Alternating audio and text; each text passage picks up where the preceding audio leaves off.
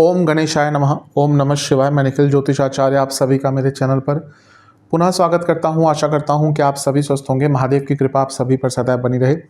ये वीडियो मकर यानी कि कैप्रिकॉर्न के लिए बहुत महत्वपूर्ण है, क्योंकि यह वीडियो है जुलाई 2024 के मासिक राशिफल के बारे में। कैसा रहेगा जुलाई का महीना मकर के लिए। मेरा मासिक राशिफल जीवन की प्रमुख चीज़ों पर आधारित होता है, जैसे कि सामान्य विश्लेषण, career, business, income, investment, love life, married life, students और सेहत। और वीडियो के अंत में कुछ विशेष उपाय भी बताता हूं, जिसके करने से महीने की सकारात्मकता में वृद्धि होती है। यदि आपकी लग्न राशि या चंद्र राशि मकर है, दोनों ही गाइडेंस के लिए इस राशिफल को देख सकते हैं। मेरे हिसाब से ज़्यादा सटीकता लग्न राशि से आती है। वीडियो के अंत में कुछ विशेष उपाय भी बताऊँगा, जिसके करने से महीने की सकारात्मकता में वृद्धि होगी। तो शुरुआत करते हैं अत्यंत महत्वपूर्ण राशिफल का सामान्य विश्लेषण के साथ। शुरुआत करते हैं सामान्य विश्लेषण के साथ। महीना इंपॉर्टेंट है क्योंकि शनि जो आपके लग्नेश है वक्री हो गए हैं और कई मौके देंगे आपको नए। धन स्थान के स्वामी है, लग्नेश है। कोई भी ग्रह वक्री होता है तो बहुत स्ट्रांग होता है। ठीक है, चीज़ें मंद हो जाती हैं क्योंकि शनि है, लेकिन अपॉर्चुनिटीज़ बहुत आती है। वो आपके ऊपर है, आप उसका कैसे लाभ उठाते हैं। मैंने शनि महाराज के वक्री होने पर अलग से वीडियो बनाई ही दी है, जिसे नहीं देखी जाकर उसको देख सकते हैं। इस महीने आपके लग्न पर कई ग्रहों का प्रभाव रहेगा दृष्टि द्वारा। गुरु तो देख ही रहे हैं और लंबे समय तक देखेंगे। बुध भी 19 जुलाई तक आपके लग्न को देखते रहेंगे और बुध आपके भाग्येश हैं और छठे घर के स्वामी हैं, यानी कि भाग्य का साथ मिलेगा। उपचय भाव है तो जीवन उसके स्वामी है तो जीवन आगे बढ़ेगा। कोई लीगल कार्रवाई आदि चल रही थी, उसको भी सॉल्व करने में आपको मदद प्राप्त होगी। तो ये महीना आपके लिए अच्छा ही दिख रहा है। महीने का जो पहला राशि परिवर्तन होगा वो शुक्र महाराज का होगा और शुक्र आपके सप्तम में आकर विराजमान हो जाएंगे 7 तारीख को और आपके लग्न भाव को देखेंगे। शुक्र आपके लिए योग कारक हैं, उनका लग्न को देखना अपने आप में बहुत विशेष है। 10वें घर के स्वामी हैं, पंचम के स्वामी हैं, राजयोग बना रहे हैं, बुध के साथ बैठे हैं और बुध भाग्येश हैं। 2 त्रिकोणों का संगम केंद्र भाव में उच्च कोटि का राजयोग। बिजनेस हो या करियर हो, दोनों में ही आगे बढ़ने की संभावना बहुत बढ़ जाती है। यहाँ पर अगर हम देखें तो ये विवाह का स्थान भी है और शुक्र विवाह के कारक हैं और शुक्र पंचमेश भी हैं। तो जिनको अपने लव मैरिज को विवाह की तरफ लेके जाना था, उनके लिए अच्छा महीना है और विवाह के योग भी आपके लिए यहाँ पे बहुत सुंदर बने ही जाते हैं। शुक्र का योग कारक होने के नाते लग्न को देखना, यानी कि इस महीने आपके कई अधूरे कार्यों को पूर्णता की तरफ लेके जाने का आपको अवसर प्राप्त होगा। अगला राशि परिवर्तन जो होगा मंगल का होगा और वो 12 जुलाई को आपके पंचम भाव में आकर बैठ जाएंगे और यहाँ पर गुरु के साथ वो युति बनाएंगे। गुरु आपके लिए तीसरे घर के स्वामी हैं और 12वें घर के स्वामी हैं, पंचम में बैठे हैं और मंगल की उनके साथ युति हो गई।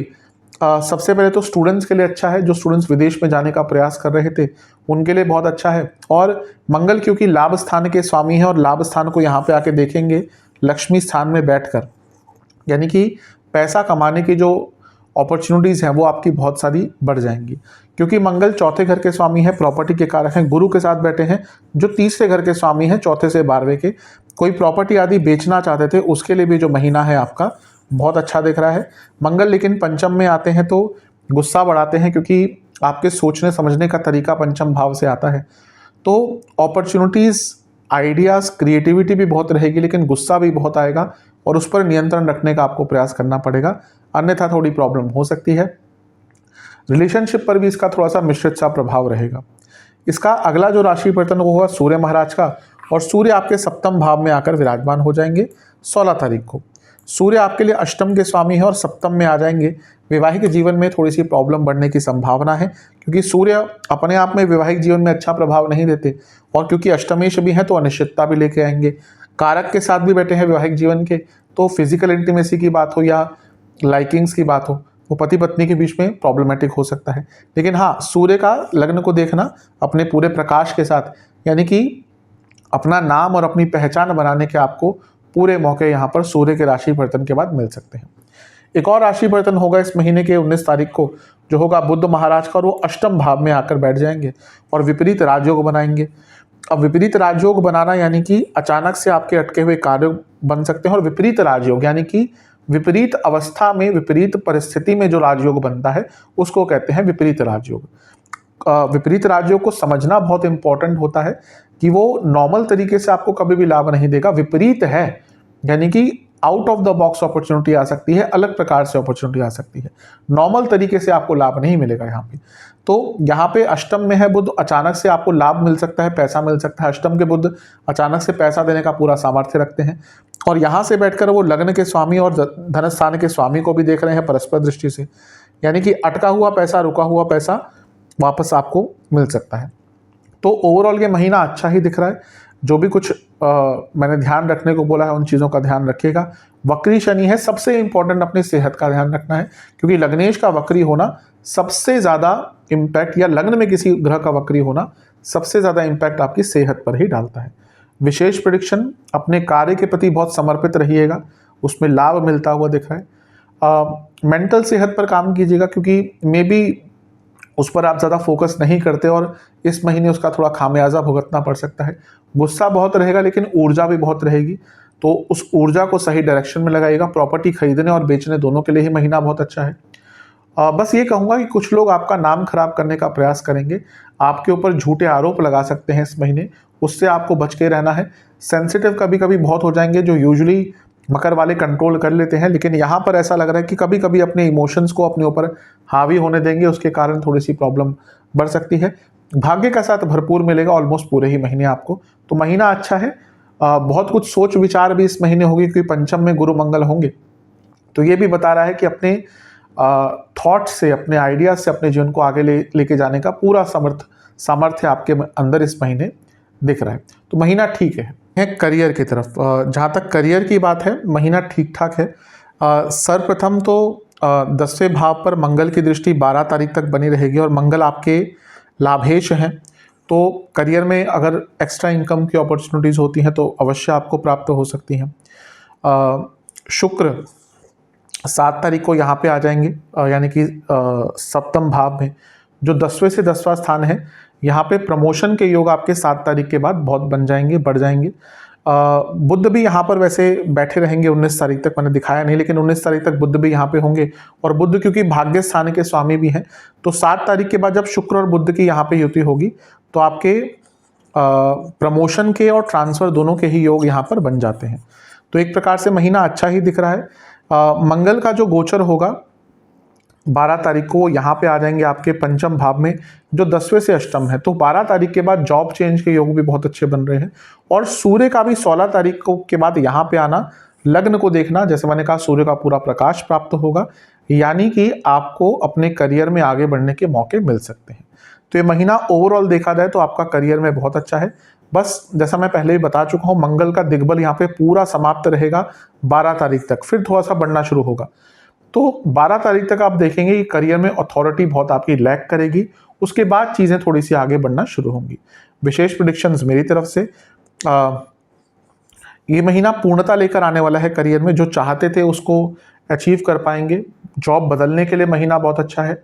बस ये है कि कभी कभी ओवर थिंकिंग तंग कर सकती है, कुछ मन में है उसको डिस्कस किया कीजिए अपने ऑफिस में, अपने बॉसेस से या किसी से भी जिससे डिस्कस कर सकते हैं।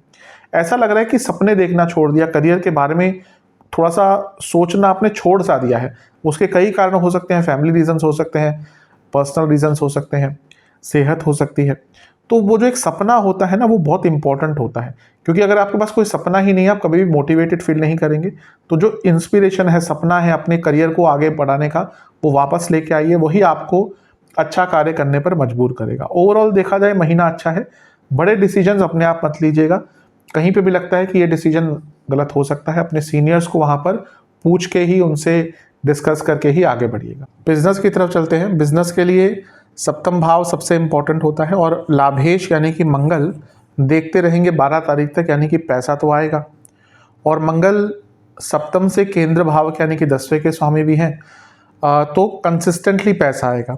इसके बाद भी देखें तो शुक्र यहाँ पे आ जाएंगे 7 तारीख को, जो आपके केंद्र के स्वामी हैं, योग कारक हैं, ये भी अच्छा दिख रहा है। बुध ऑलरेडी यहाँ पे 19 तारीख तक रहेंगे। बुध आपके भाग्येश हैं, ये भी अच्छा है।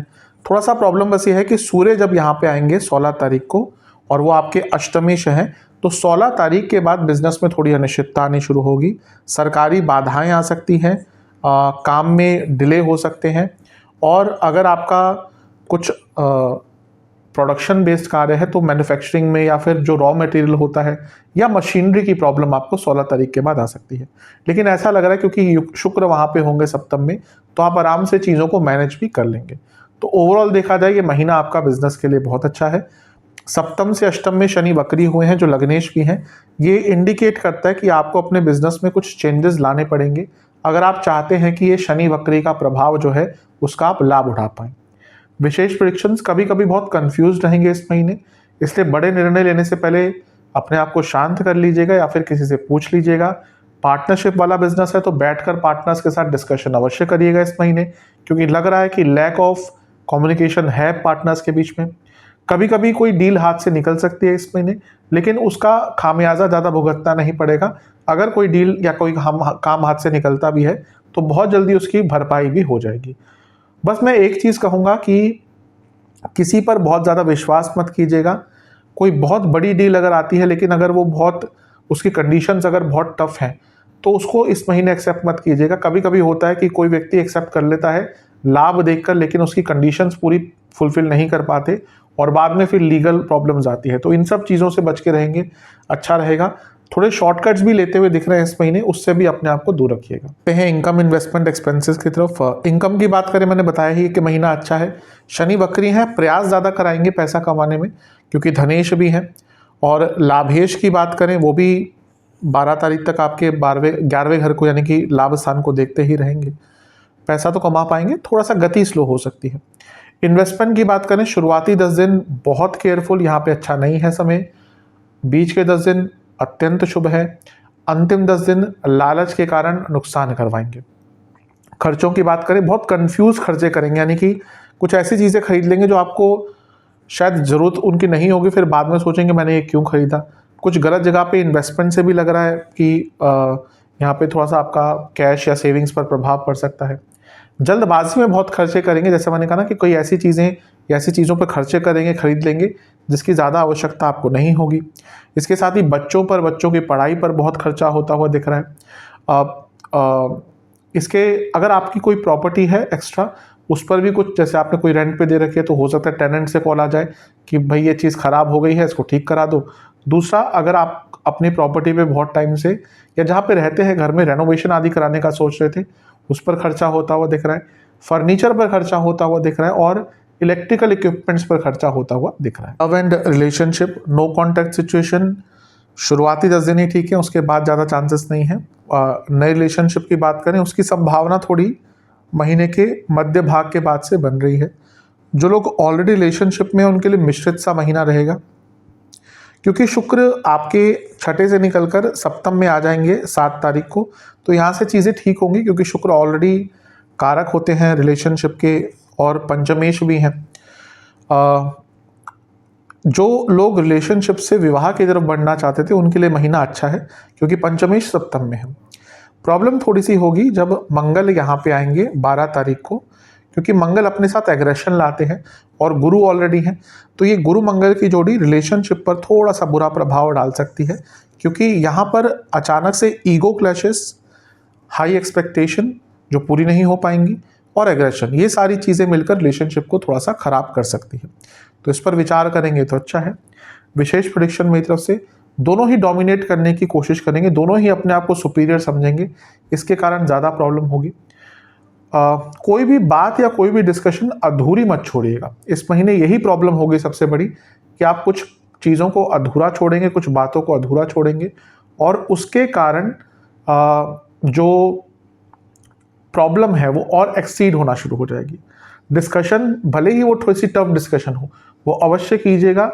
एक दूसरे से बात करना अवॉइड मत कीजिएगा, अदरवाइज जो प्रॉब्लम में भी थोड़ी लड़ाई के बाद भी सॉल्व हो सकती है, वो प्रॉब्लम इतनी बड़ी बन जाएगी फ्यूचर में जिसका आपको अंदाज़ा भी नहीं था। तो मिश्रित सा महीना है रिलेशनशिप के लिए। चलते हैं वैवाहिक जीवन की तरफ। जहाँ तक वैवाहिक जीवन की बात है, मिश्रित सा महीना ही दिख रहा है। सर्वप्रथम तो मंगल की दृष्टि रहेगी 12 तारीख तक, तब तक एग्रेशन आदि ये तो चल ही रहा होगा पिछले 1 महीने से। शुक्र यहाँ पे आ जाएंगे 7 तारीख को, थोड़ा सा बदलाव होगा, लेकिन प्रॉब्लम बढ़ेगी फिर से जब 16 तारीख को सूर्य यहाँ पे आ जाएंगे, क्योंकि सूर्य का सप्तम में आना मैरिड लाइफ में वैसे भी प्रॉब्लम क्रिएट करता है। आपके लिए यानी कि शनि के लगने के लिए ऑलरेडी सूर्य थोड़े से नेगेटिव होते हैं और अष्टमेश भी हैं, यानी कि बहुत अनसर्टेनिटी, अनिश्चितता क्रिएट कर सकते हैं। तो आप देखेंगे कि 16 तारीख के बाद मैरिड लाइफ में प्रॉब्लम्स अचानक से बढ़ना शुरू हो गई। इस महीने ईगो क्लैशेस बहुत होंगे, जो मेन कारण रहेगा मैरिड लाइफ में प्रॉब्लम्स का। विशेष प्रेडिक्शंस मेरी तरफ से मैं ये कहूँगा कि थोड़ा सा कंटेंट रहिएगा। कभी भी लगता है कि ये टॉपिक कोई जो डिस्कस हो रहा है ये आर्ग्यूमेंट में कन्वर्ट हो सकता है, तो वहाँ से विड्रॉ अपने आप को कर लीजिएगा। खैर ये कहना ईजी होता है, करना मुश्किल होता है, लेकिन कोशिश कीजिएगा और अपनी चलाने की ज़्यादा इस महीने कोशिश मत कीजिएगा। कभी कभी होता है कि लेट गो करना बहुत कभी कभी इम्पोर्टेंट हो जाता है। ये महीना जितना लेट गो कर पाएंगे, जितना अपने ईगो को कम कर रख पाएंगे, जितना कम एक्सपेक्टेशन रख पाएंगे अपने वैवाहिक जीवन में, और जितना अपनी तरफ से कुछ ना कुछ इन्वॉल्वमेंट दिखाएंगे या फिर कुछ करने का स्पेशल प्रयास करेंगे अपने लाइफ पार्टनर के लिए, उतना आपके लिए मैरिड लाइफ ठीक रहेगी। नहीं कर पाए तो प्रॉब्लम्स आएंगी। स्टूडेंट्स की तरफ चलते हैं, एग्जाम से स्टार्ट करेंगे। शुरुआती 10 दिन ठीक हैं, लेकिन ओवर कॉन्फिडेंस बहुत झलक रहा है। बीच के 10 दिन में शॉर्टकट्स या फिर कम्युनिकेशन प्रॉब्लम दिख रही है। आप थोड़ा सा शॉर्टकट तरीके से प्रिपरेशन करेंगे और कम्युनिकेशन भी खराब दिख रही है। अंतिम 10 दिन बहुत अच्छे हैं। ओवरऑल बात करें स्टूडेंट्स का, पंचम भाव होता है उनके लिए इम्पोर्टेंट, तो गुरु तो बैठे ही हुए वहाँ पे। अब गुरु हैं तो और आपको कुछ ना कुछ लाभ ही देंगे, और मंगल भी आ जाएंगे जो आपके लाभेश हैं यहाँ पर 12 तारीख को। तो स्टूडेंट्स के लिए अच्छा ही है, कॉम्पिटिटिव एग्जाम के लिए अच्छा है, और जो स्टूडेंट जॉब ढूंढ रहे थे उनके लिए भी अच्छा है, क्योंकि मंगल लाभ स्थान के यानी कि इनकम के भाव के स्वामी है, तो उनका पंचम में आना है, यानी कि स्टूडेंट्स को लाभ प्राप्त यहाँ पर हो सकता है। तो ओवरऑल देखा जाए ये महीना आपका स्टूडेंट्स के लिए ठीक ठाक ही है। ध्यान क्या देना है कि बुध 19 को अष्टम में चले जाएंगे, तो जब बुध अष्टम में जाएंगे जो स्टूडेंट्स के कारक हैं, तो रिटेंशन पावर और फोकस दोनों ही खराब हो जाएगा। तो 19 तारीख के बाद इन सब चीज़ों पर ध्यान देना है। अदरवाइज देखा जाए तो महीना आपका ठीक ही है। सेहत की तरफ चलते हैं। इस महीने ज़्यादा क्या ध्यान देना है? नसों के रोग, खाने पीने को लेकर बहुत ध्यान देना है। इन्फेक्शंस, स्किन प्रॉब्लम्स, ENT और हृदय संबंधित रोग, इन सब चीज़ों पर या जिनको ऑलरेडी ये चीज़ें चल रही हैं उनको ज़्यादा ध्यान देना है। शुरुआती 10 दिन जो है आँखों के रोग, infections, fever, water retention, chest की प्रॉब्लम, चेस्ट के एरिया की प्रॉब्लम। बीच के 10 दिन पुनः आँखों के रोग, वात रोग, बॉडी में पेन, कॉन्स्टिपेशन, और जिनको डायबिटीज़ है दिक्कत बढ़ेगी। अंतिम 10 दिन थोड़ा सा सुधार लेके आएंगे, लेकिन यहाँ पर भी हड्डियों के रोग, एसिडिटी और सर से संबंधित रोग तंग करेंगे। उपाय के स्वरूप में शिवलिंग का गंगा जल और दूध मिलाकर अभिषेक करते हुए ओम रुद्राय नमः मंत्र का जाप करके महादेव को किसी भी फल का भोग लगाना है। उसके बाद शनिदेव को या शनिदेव के मंदिर में जाकर आपको हनुमान बाहुक और शनि चालीसा का 2 बार पाठ करना है। ये उपाय कर लेंगे, महीना अच्छा ही जाएगा। आशा करता हूँ वीडियो काम आएगा। चैनल पर नए हैं सब्सक्राइब कीजिए, वीडियो को लाइक कीजिए। मिलता हूँ अगली वीडियो में, तब तक के लिए ओम नमः।